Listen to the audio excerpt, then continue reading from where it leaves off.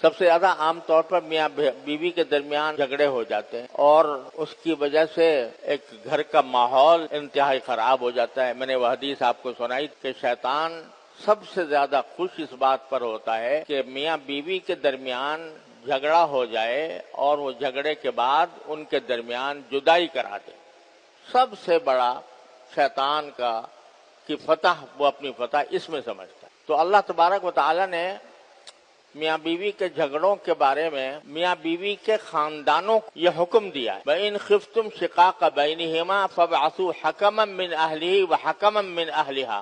إِنْ يُرِيدَا إِصْلَاحًا يُوَفِّقِ اللَّهُ بَيْنَهُمَا کہ اگر تم کبھی میاں بیوی کے درمیان جھگڑے کو دیکھو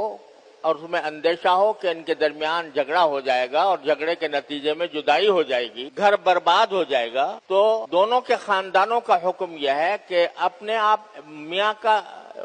شوہر کے خاندان میں سے بھی ایک آدمی حکم یعنی ثالث بن کر چلا جائے۔ ایک آدمی کو شوہر کے خاندان والے اپنا ایک نمائندہ مقرر کر کے صلح کے لیے تیار کریں اور دوسری طرف بیوی کے خاندان والے اپنی طرف سے صلح کر کے اپنی طرف سے ایک نمائندہ بنا کر ان دونوں کو بھیجیں اور جا کر وہ میاں بیوی کے باہمی اختلاف کو ختم کرنے کی کوشش کریں۔ اور دیکھو دونوں طرف کا نمائندہ اللہ تبارک و تعالیٰ نے کہا کہ ایسا نہیں ہے کہ کسی ایک طرف کے لوگ بیٹھ جائیں اور وہ طرفداری کا مظاہرہ کریں، تو اس کے بجائے دونوں کے نمائندے ہوں، شوہر کے خاندان والوں کا بھی ایک نمائندہ اور بیوی کے خاندان والوں کا بھی ایک نمائندہ، اور وہ جا کر دونوں کی باتیں سنیں اور دیکھیں بھئی کس کی غلطی ہے، کس کے اندر اصلاح کی ضرورت ہے، وہ اصلاح کرنے کی کوشش۔ اور اس میں ایک جملہ اللہ تعالیٰ نے یہ بھی فرمایا کہ ان یریدا اصلاحا، اگر یہ دو حکم، یہ دو نمائندے اگر اصلاح چاہیں گے، دل سے چاہیں گے کہ ان کے درمیان صلح ہو جائے، تو اللہ تعالیٰ ان کے درمیان موافقت پیدا فرما دیں گے۔ تو یہ اللہ تبارک و تعالیٰ نے ایک طرح سے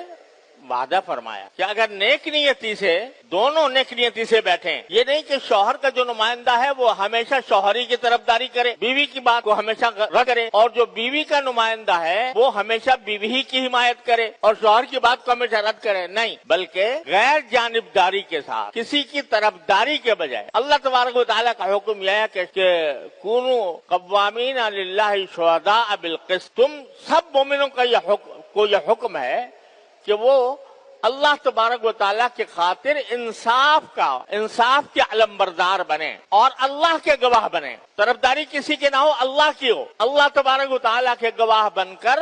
وہ جس بات کو حق سمجھیں اس کا اظہار کریں، جس بات کو باطل سمجھیں اس کو باطل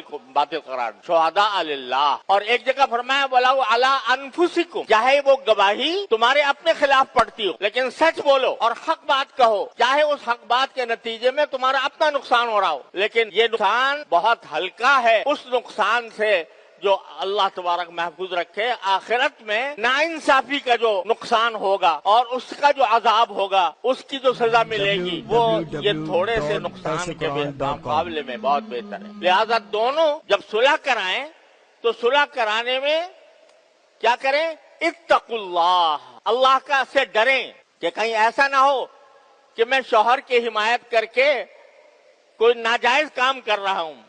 یا بیوی کی حمایت کر کے کوئی ناجائز کام کر رہا ہوں، بلکہ اللہ سے ڈر کے یہ سمجھ کر کہ مجھے جو کچھ میں کام کرنے جا رہا ہوں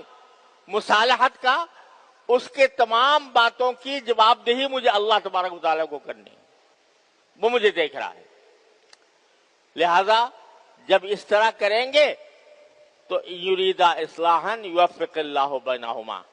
اللہ تبارک و تعالیٰ ان کے درمیان موافقت پیدا فرما دیں گے، یہ اللہ تبارک و تعالیٰ کا وعدہ ہے۔ تو یہ ایک طرح سے